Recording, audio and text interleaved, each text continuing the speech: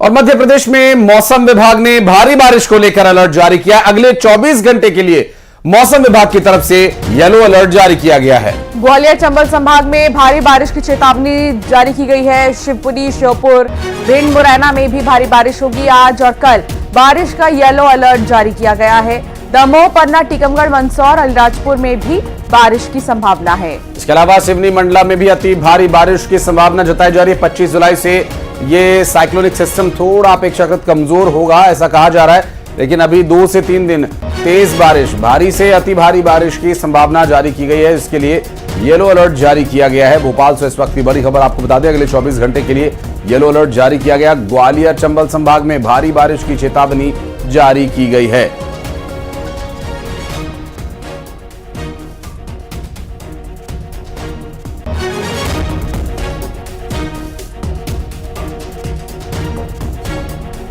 अभी आने वाले 24 घंटे में आप देख सकते हैं यहाँ पे एक मानचित्र बना हुआ है। ये मानचित्र क्लियर कट इंडिकेट कर रहा है कि जो कल का जो लो प्रेशर एरिया था वो आज जो है साइक्लोनिक सर्कुलेशन के इसमें तब्दील हो गया है। और ये जो साइक्लोनिक सर्कुलेशन जो है झारखंड के ऊपर बसा हुआ है। और ये जो मानसून तरफ जो राजस्थान से होते हुए जा रहा है वो एक्चुअली जो है राजस्थान से होते जाने के बाद वो ग्वालियर और खजुराहो से होते हुए उस पर्टिकुलर मानसून तरफ जो है उस पर्टिकुलर साइक्लोनिक सर्कुलेशन जो चक्रवाती परिसंचरण के तरफ से जाते हुए आगे बे ऑफ बंगाल की तरफ जा रहा है।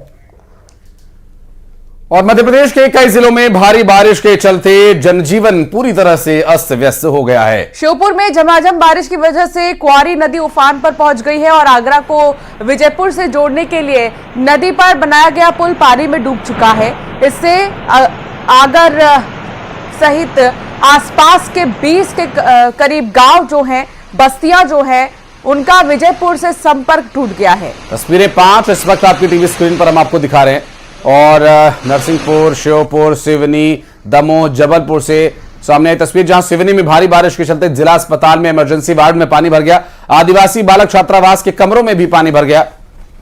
नरसिंहपुर में जोरदार बारिश की वजह से हालात बिगड़ चुके हैं और बारिश में गोटे गांव क्षेत्र सबसे ज्यादा प्रभावित हुआ है। निर्माणाधीन पुल का अप्रोच रोड बह जाने की वजह से 10 से ज्यादा गांवों का संपर्क यहां टूट गया। और दमोह में लगातार हुई बारिश के बाद कई इलाके जलमग्न हो चले हैं। लोगों को सुरक्षित बाहर निकालने के लिए प्रशासन रेस्क्यू ऑपरेशन चला रहा है।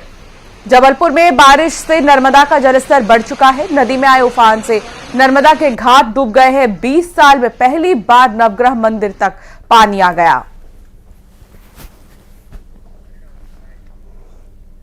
दुर्ग में शिवनाथ नदी में आई बाढ़, 10 ग्रामीण फंस गए हैं और एसडीआरएफ की टीमों ने उनका रेस्क्यू किया है। आपको बता दें कि ये बाढ़ की तस्वीरें भी आई हैं। तस्वीरें ये देखिए, ये जो तस्वीरें हैं एसडीआरएफ की टीम की सहायता के दौरान की तस्वीरें, जब रेस्क्यू कर उन्हें बाहर निकाला गया। ईंट भट्टा पर काम कर रहे थे ये ग्रामीण और नदी में पानी बढ़ जाने की वजह से ये वहां फंस गए। और आपको बता दें कि चंगोरी गांव की ये पूरी घटना, जहां पर एसडीआरएफ की टीम मौके पर वक्त रहते पहुंच गई थी और बच्चे, छोटे बच्चे भी वहां पर थे। महिलाएं, पुरुष सभी को मोटर बोट की मदद से उन्हें बाहर निकाला गया। बाढ़ में फंसे 10 ग्रामीणों को एसडीआरएफ ने सफलतापूर्वक रेस्क्यू किया है।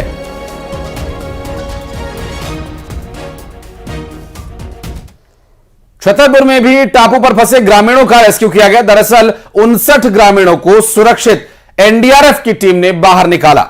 6 घंटे से टापू पर ये ग्रामीण फंसे हुए थे, लेकिन किसी तरह एनडीआरएफ की 2 टीमों ने इनका रेस्क्यू किया है मिलकर। और ये 2 तस्वीरें आपको दिखा रहे हैं, जहां जो लोग फंस गए थे उनको बाहर निकाला गया है।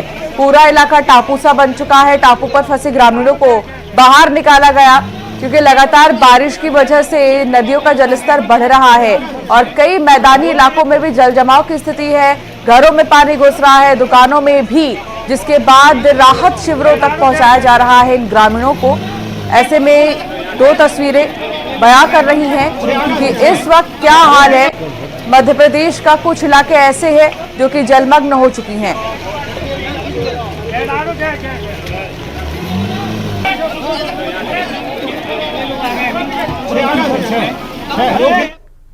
ये 59 लोग टोटल वहाँ पे फंसे हुए थे। आज ये लोग सुबह मंदिर में दर्शन के लिए गए थे, तब यहाँ नदी में पानी नहीं था। अचानक पानी आ जाने से वो लोग वहाँ सब फंस गए थे। ये जैसी जानकारी मिली तो कलेक्टर साहब हमारे छतरपुर में तत्काल जिले से डिस्ट्रिक्ट कमांडेंट साहब और SDRF की टीम को भेजा, और वो टीम SDOP साहब, हम सभी राजस्व अमला सब ने मिलके और इस रेस्क्यू अभियान को चलाया और सभी 59 लोग सुरक्षित बाहर आ गए हैं। छतरपुर में धसान नदी में अचानक से बाढ़ आ गई और टापू पर 48 ग्रामीण फंस गए, और इन 48 ग्रामीणों का रेस्क्यू करने के लिए NDRF की टीम मौके पर पहुंची। और ये धसा नदी की तस्वीरें हम आपको दिखा रहे हैं, जहां अचानक बाढ़ आई और इस बाढ़ की वजह से टापू पर फंसे 48 ग्रामीणों को रेस्क्यू करने के लिए NDRF की टीम को मौके पर जाना पड़ा। और तस्वीरें इस वक्त जबलपुर से ये सामने आई, जहां देखिए मोटर बोट की मदद से उन्हें बाहर निकाला गया है। और तस्वीरें जबलपुर की धसान नदी की हम आपको दिखा रहे हैं, जहां रेस्क्यू ऑपरेशन करने के लिए NDRF की टीम पहुंची थी और 48 ग्रामीणों को सुरक्षित बाहर निकाल लिया गया है।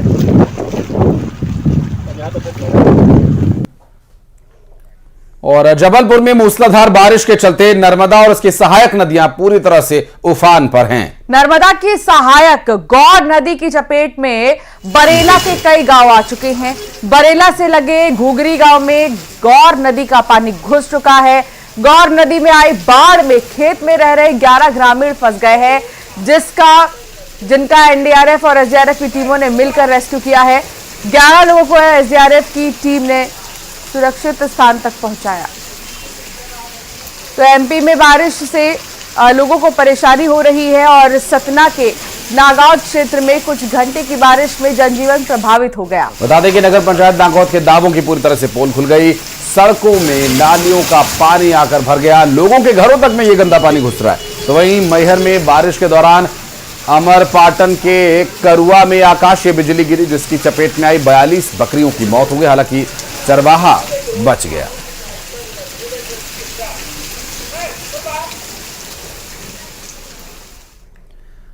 और छत्तीसगढ़ में भी बदरा जमकर बरस रहे हैं। जगह जगह से बारिश के बाद की बदहाल हुई तस्वीर सामने आ रही है। बलौदाबाजार में भारी बारिश के बाद बाढ़ जैसे हालात बन गए। मुंगेली में रुक रुक कर झमाझम बारिश हो रही है। धमतरी में भारी बारिश से कच्चा मकान गिर गया। बालोद में कार पानी की चपेट में आ गई। कार सवार 6 लोगों को सुरक्षित बाहर निकाल लिया गया है। ये 4 तस्वीर आपको दिखा रहे हैं बलौदाबाजार, मुंगेली, धमतरी और बालोद की, जहां बारिश की वजह से देखिए बर्बादी का ये मंजर।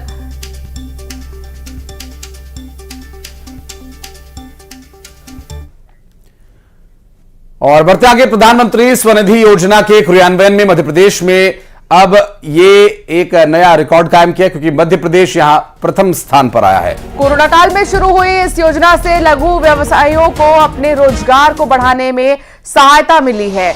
CM डॉक्टर मोहन यादव ने कहा कि लोन की रकम चुकाने के बाद लोन की राशि को 1 लाख करने पर विचार किया जाएगा।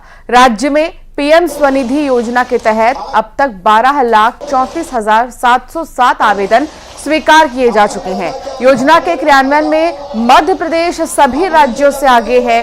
प्रधानमंत्री शहरी आवास योजना में भी मध्य प्रदेश अव्वल है। और इसके तहत 9,90,000 आवास बनाने के लक्ष्य के मुकाबले 7,89,000 आवास बनाए जा चुके हैं। मध्य प्रदेश में प्रधानमंत्री ग्राम सड़क योजना में 72,965 किलोमीटर सड़कें बनाई गई हैं। प्रारंभ हुआ है। हम सबका सौभाग्य, मध्य प्रदेश में भारतीय जनता पार्टी की सरकार है। यशस्वी प्रधानमंत्री श्रीमान नरेंद्र मोदी जी के नेतृत्व में जो विकास का संकल्प लिया सर्वहारा वर्ग का, और जो खास करके मोदी जी ने 4 जातियाँ बताई है, महिला, युवा, किसान, गरीब, ऐसे में बहनों के लिए सावन माह में रक्षाबंधन के पावन पर्व पर 1250 की जो राशि मिल रही है, उसके अतिरिक्त इस माह अगस्त में रक्षाबंधन के अवसर पर 250 रुपया प्रति बहन के लिए विशेष रूप से अलग से खाते में राशि डाली जाएगी। और हमने सामाजिक बंधुत्व के भाव के आधार पर बहनों से राखी बंधवाने के लिए हमारे सभी मंत्री, विधायक, सांसद, पार्षद, समस्त जनप्रतिनिधियों से मैं अपेक्षा करता हूं कि वे 1 अगस्त से लेकर के 21 अगस्त रक्षाबंधन तक अलग अलग बस्तियों में, मोहल्ले में, गाँवों में, जहाँ जहाँ बहनें रहेगी, रक्षाबंधन के इस पावन पर्व को संपन्न करेंगे। आइए हम सब अपनी बहनों के साथ इस पर्व को धूमधाम से मनाएं। रक्षाबंधन का पावन